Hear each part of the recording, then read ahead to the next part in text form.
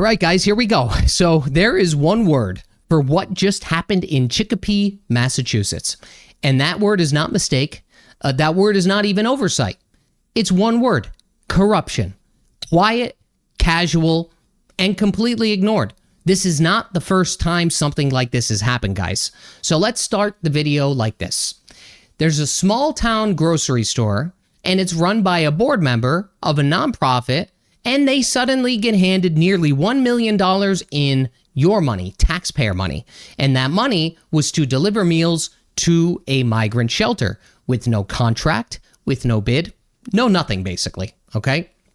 I mean, I think this was just like a handshake deal or a whole lot of trust. Somebody had a whole lot of trust here. I mean, really. And on top of that, for over a year and a half now, nobody said a damn thing. Not the state, not the governor, not the press, not even the nonprofit's own board. This was until one anonymous whistleblower blew the whole damn thing wide open. And speaking of whistleblowers, we need more of them, okay? We need more of you guys. So please contact me or contact somebody in the press, because somebody out there has to be a damn adult in the room while everybody else is passing out envelopes under the table, okay? Now let's rewind a bit here. It was 2023. That's when the Valley Opportunity Council, which is a Chicopee-based nonprofit, they've received around $9.3 million in a contract from Governor Maura Healey, or lack thereof. I don't even know if they had a contract, but it was the Healey administration. And that was to run a temporary shelter for homeless and migrant families inside a former Quality Inn. This was funded by the Executive Office of Housing and Livable Communities. And this deal, this covered everything from housing to transportation and, of course, to food. So, Tony Diaz is the owner of Key Food Marketplace, which is a local grocery chain. And surprise, surprise, he's also a volunteer board member of the very nonprofit handing out the money. There was no formal bidding. There was no formal bidding process, right? Probably not even a single sheet of paper signed. And Key Food was responsible to deliver thousands of meals to the families living in the shelter. I think there was upwards of 90 plus families there. And absolutely nobody outside of that circle had any idea what the hell was going on. Okay, nobody knew. Okay, this went on for over 18 months, and the state officials didn't even know who was feeding the families. How does this happen? I don't know. It's insane to me. But the report originally released by the Boston Globe. So it wasn't until, I believe, November of 2024. And this was after that someone filed an anonymous complaint. The state didn't even realize Diaz was on the payroll. And by the way, I will also give some respect where respect is due. This was good journalism by the Globe. I think the journalist's name was Deidre Fernandez. I think she needs to keep stuff like this up.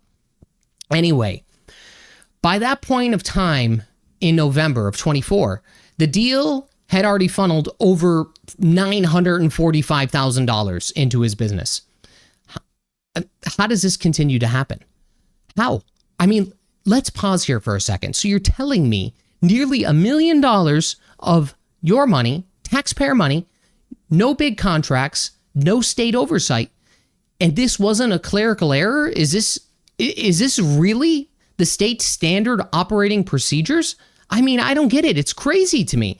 Even the guy's name was Stephen Huntley, who is the executive director of the Valley Opportunity Council, admitted that the nonprofit never even voted on the deal. He said almost verbatim, he called around to compare prices with 3 or 4 vendors, but wouldn't name them. He insisted that Key Food offered a discount, which was $9.99 per meal, down from their usual $10.99. but there's no receipts. He said they had to do an oral agreement here, and that was good enough. So like no documentation, just trust. Except I don't think there was trust. Not for the taxpayers, not for accountability, not for the state that is now spending billions upon billions of dollars on the emergency shelters. I mean, come on. And remember this. This was just another drop of water in the storm of pure waste, because that same year, the state signed a $9.4 million no-bid contract. Remember this? With Spinelli's Ravioli Manufacturing out of East Boston. That deal paid out $19.38 per meal. That's almost double what Key Foods' rate was. That rate's looking pretty good, right? And the thing is here, unlike Chicopee, this one was signed directly by the state. And as you know, back in May of 2025, and I covered this, the state auditor, Diana DeZoglio, one of the few Democrats willing to challenge this system, released her audit of Healy's shelter. And her report really slammed the administration for its over-reliance on multi-million-dollar no-bid contracts. Also, let's say, poor documentation and lax oversight. It even specifically flagged, this was in regards to Spinelli's, that deal was excessive and unjustified. But here's the thing. Her reporting, her audit, she can't touch these nonprofits. She can't touch them because under current law, nonprofits aren't required to report board-level conflicts of interest to the state. I'm not making that up. I don't know how this is even humanly possible. I don't understand how these things, they just keep on happening in repetition. All they have to do is inform their own board members. That's it. Then there was Mary, I think her last name was Connaughton. I think that was her last name. She is the chief operating officer of the Pioneer Institute. I've looked at a lot of their reports here in the past, as you may know. She said, even if the price were considered low without a contract, were there any contracts controlling the quality of the food being served? And how do the taxpayers footing the bill know their dollars were well spent without a formal bid? And she's right. The fact is that they don't. And that's the point. That is the problem here. This system was built on trust, but not transparency. And now that the shelter is closed, guess what? The money's gone. It's gone. And the public is only now learning where it went. Okay? Can't solve a problem that's already happened. Okay? The money is gone. Then Tony Diaz said that he didn't get special treatment. That's what this guy said. He said, they could have picked anyone, but I'm glad they picked me.